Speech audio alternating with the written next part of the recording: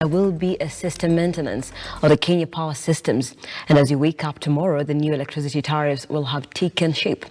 On the 1st of April, the cost of power will go up following the adaptation of new tariffs by Energy Petroleum Authority. So what does that mean for you, and how are you going to be affected? We take a look at the energy debate that has been a thorn in Kenyans' flesh at a time when the cost of living has no signs of coming down. The one thing that drives this nation, and one that is bound to leave a dent in most of Kenyan pockets. KPLC has been dominating the conversation online over its excessive charges on power consumption, with Kenyans having a problem with the pricing model. As it stands, KPLC has the highest pricing in history, and this is bound to even go higher from the 1st of April. During his campaign and when he took power, President William Ruto promised that the cost of electricity will be affordable. It was an effort to encourage businesses and reduce the high cost of living. That there will be an increase in electricity costs. I want to assure the country there will be no additional charges today or going into the future on electricity bills.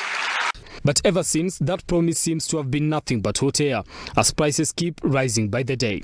The fate of the Kenyan people is sealed, despite their cries which seem not to be loud enough. Okay, government imesema inapandisha stima, electricity bills, of which sai uchumi ya Kenya iko high, na watu wanapambana kutafuta do. So, si right kupandisha hiyo bills za stima juu. Ja kutafuta tena do imekuwa shida, so wakipandisha bills pia itakuwa ni issue kwa Wakenya. Si mzuri kupanda kwa sababu uchumi ya Kenya imekuwa juu sana. Watu wengi hakuna kazi. Mwanzo corona, wakati corona ilikuwa imeanza, ilikuwa ndio uchumi ya Kenya imeenda chini kabisa. Na watu wana pesa, wengine wakufanya kazi, wengine biashara zao ziliharibika. Hata sisi tukule tu watu wa jua kali hakuna mahali tunapata pesa. Kwa hivyo stima ikipanda tunaumia sana.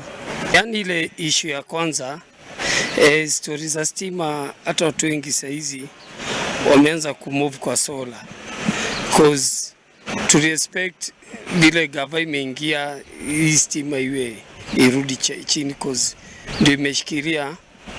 With the rise of the cost of electricity, the prices of other basic commodities also keep on rising due to the high cost of production. So how expensive is the cost of power? If you take 500 shillings to purchase tokens from Kenya Power and Lighting Company, before anything else can happen, 58.19 shillings will be deducted as value-added tax. 188 shillings will be taken away as fuel energy charge, as 49 shillings taken away as forex charge, 0.68 shillings as IPRA charge, 0.15 and 8.75 shillings as WRA charge and REP charge respectively. 19 shillings will be taken away as an inflation adjustment. In the end, you will be left with 175.32 shillings for tokens. In other words, more than 55% of your money is deducted as taxes and other charges before you can be left with some peanuts to buy whatever you wanted. KPLC takes your money, distributes it, and decides how much you should remain with. The cost keeps on fluctuating. It has been argued that this is because of the fact that they know that KPLC is the only power distributor and that Kenyans will always buy power. As the cost of electricity continues to rise, so is the cost of other basic commodities. Due to the high cost of production, manufacturers through the Kenya Association of Manufacturers have often been complaining about the high cost of power. The high cost has been attributed to various factors including expensive purchase power agreements, high cost of fuel, multiple taxes and levies imposed on electricity bills, forex, VAT, and fuel cost adjustments, as well as depressed demand growth despite the increased power generation capacity, among others. Madam Speaker, for our country to become a middle-income country by the year 2030, Kenya Power must lower the cost of electricity. Madam Speaker, for our food prices to come down, Kenya Power must lower the cost of electricity. Madam Speaker, for His Excellency the President and our Kenya Kwanza government to achieve our promise on employment for young people, Kenya Power must lower the cost of electricity. Madam Speaker, for the cost of production to come down, Kenya Power has to lower the cost of electricity. And finally, Madam Speaker, for us to make ease of doing business better in this country, Kenya Power has to lower the cost of electricity.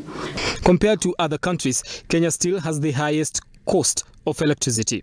In Uganda, the price is about 20 shillings, while in Tanzania, it is about 12 shillings. In Burundi, the price of electricity per unit is 20 shillings, while in Rwanda, it is about 30 shillings. The Democratic Republic of Congo has theirs at 10.33 shillings. The cost of power is expected to rise by midnight tonight. Brian Amwai, Look Up TV, Nairobi. Thank you, Brian White, for that very detailed story. And now we know what to expect in just about 3 hours, 30 minutes. Let's move on.